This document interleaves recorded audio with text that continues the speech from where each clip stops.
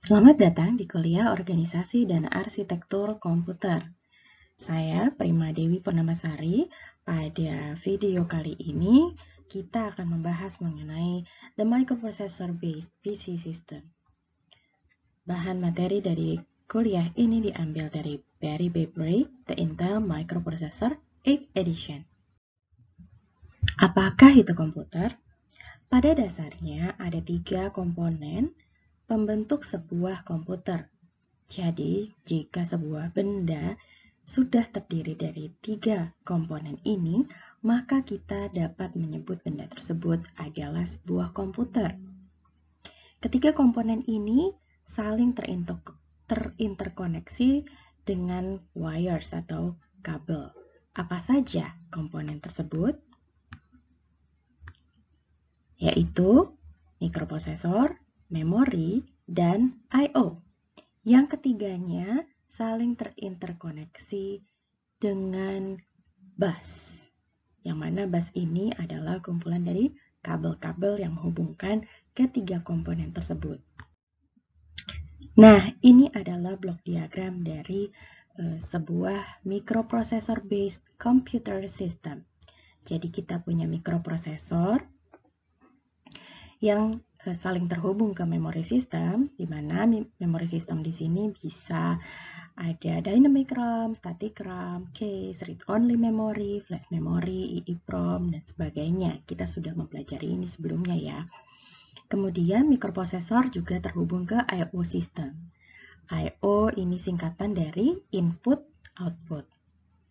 Apa saja yang termasuk ke dalam alat-alat I/O? Misalnya printer, serial communication, disk drive, hard drive, mouse, CD, keyboard, monitor, scanner, dan sebagainya. Mari kita berkenalan dengan mikroprosesor.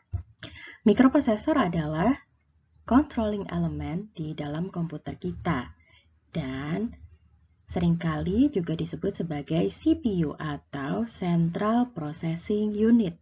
Jadi, kata mikroprosesor dan kata CPU ini sebenarnya artinya adalah sama. Memori dan I/O dikontrol melalui instruksi-instruksi yang disimpan di dalam memori dan dieksekusi oleh mikroprosesor. Mengapa mikroprosesor powerful? Karena mikroprosesor dapat mengeksekusi millions of instruction per second, atau satuannya kita tahu disingkat sebagai MIPS ya. Jadi kita bisa mengukur seberapa powerful sebuah mikroprosesor dengan satuan MIPS ini. Mikroprosesor juga dapat melakukan simple decision based on numerical facts. Ya, mikroprosesor tugas utamanya ada 3, yaitu melakukan data transfer antara dirinya sendiri atau ke memori atau ke I/O tadi ya melalui bus. Kemudian mikroprosesor melakukan simple arithmetic dan logic operation dan juga dapat melakukan program flow dengan simple decision. Mari kita lihat tabelnya. Jadi ini adalah contoh simple arithmetic and logic operation yang ada di mikroprosesor. Addition, subtraction, multiplication, division, kemudian logiknya ada AND, OR, NOT, NEXT, SHIFT, dan rotate. Decision yang dilakukan oleh mikroprosesor sebenarnya dilakukan berdasarkan pengecekan yang kita sebut sebagai flag di sini. Ini adalah 5 buah flag yang paling sering dipakai dalam melakukan decision oleh mikroprosesor. Ada zero flag, sign flag, carry flag, parity flag, dan overflow flag. Nanti kita akan bahas pada kuliah-kuliah selanjutnya. Kemudian apa itu memori? Jadi memori adalah tempat penyimpanan kita ya di dalam komputer. Nah, memori ini dibagi menjadi 3 bagian utama, yaitu TPA atau Transient Program Area, System Area, dan XMS atau Extended Memory System. 2 yang pertama ini harus ada di dalam memory system, Yang ketiga, XMS ini opsional.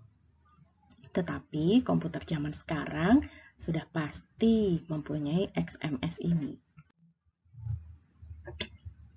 Di dalam memori sistem kita, area 1 MB pertama itu kita sebut sebagai real atau konvensional memory. Dan pada Intel microprocessor, jika ingin mengaktifkan atau memprogram yang mengakses data dari area 1 MB pertama ini, maka programnya harus difungsikan dalam real mode operation. Pada Intel 80286 dan seterusnya, memori sistem tidak hanya terdiri dari real memory yang 1 MB tadi saja, tetapi juga terdiri dari extended memory. Jadi sebelum 80286 ini, memori di dalam komputer hanya terdiri dari 1 MB of memory saja, tapi setelah itu sudah mulai ada extended memory. Jadi, di dalam Pentium Pro based computer system misalnya, jika kita punya memori sebesar 4 GB dan the first 1 MB-nya ini tadi kita sebut sebagai real memory, maka ukuran extended memorinya nanti adalah 4 GB dikurang 1 MB.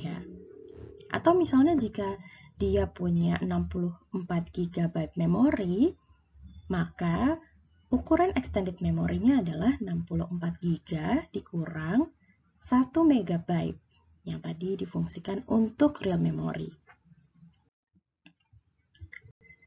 Di dalam pembahasan mengenai memori sistem nanti, kita akan selalu berhubungan dengan memory address. Memory address ini ditulis dalam hexadecimal format. Misalnya, di 1 MB real memory, maka memory address-nya adalah 1 MB ini kita tulis dalam 2 pangkat menjadi 2 pangkat 20. Byte ini tidak perlu kita tuliskan sebagai 8 bit ya. Jadi tetap kita tulis sebagai 1 byte. Jadi 2 pangkat 20 dikali 1 byte. Atau kalau kita tulis dalam bentuk biner, maka menjadi angka 1, kemudian diikuti dengan angka 0 sebanyak 20 kali. Karena 2 pangkat 20 ya. Ini adalah kode binernya. Dikali 1 byte. Di dalam satu blok memori, dia akan menyimpan 1 byte data atau 8 bit data. Oleh karena itu, tulisan 1 byte ini tidak perlu kita translate atau kita kalikan dengan 8 bit ya, karena ini artinya di dalam satu blok memori menyimpan 1 byte.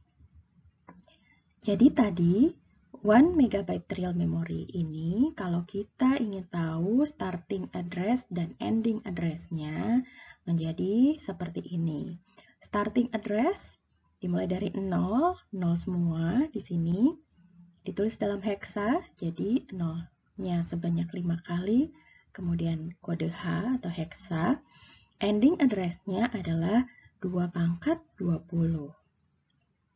Ya, tadi ingat 2 pangkat 20 jika kita tulis dalam kode biner seperti ini. Ya, tapi karena dia sebagai address yang mana addressnya dimulai dari angka 0, bukan angka 1, maka angka 1 diikuti 0-nya ini semua, kita perlu kurangin 1. Sehingga nanti kita dapatkan angka 1 sebanyak 20 kali. Atau jika kita tuliskan dalam kode hexadesimal, maka dia ditulis menjadi FFFFF atau F-nya 5 kali. Ingat dalam kode hexadesimal, satu huruf ini atau satu digit ini merepresentasikan 4 digit atau 4 bit bilangan biner. Nah, bagaimana jika mikroprosesor kita memiliki 2 MB memori? Apakah starting dan ending address-nya